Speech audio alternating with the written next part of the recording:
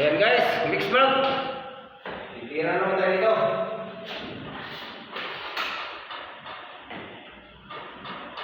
Alisin ko yung mga ito guys. Para hindi tayo ma-reject. Ayan.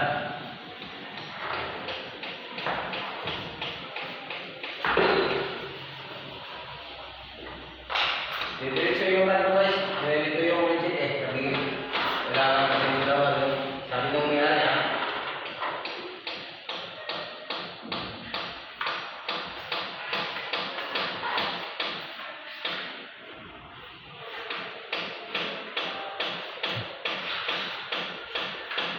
Trabaho.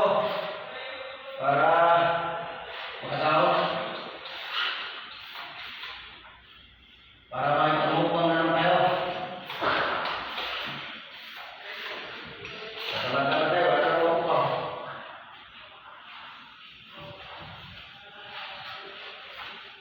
Kaya lang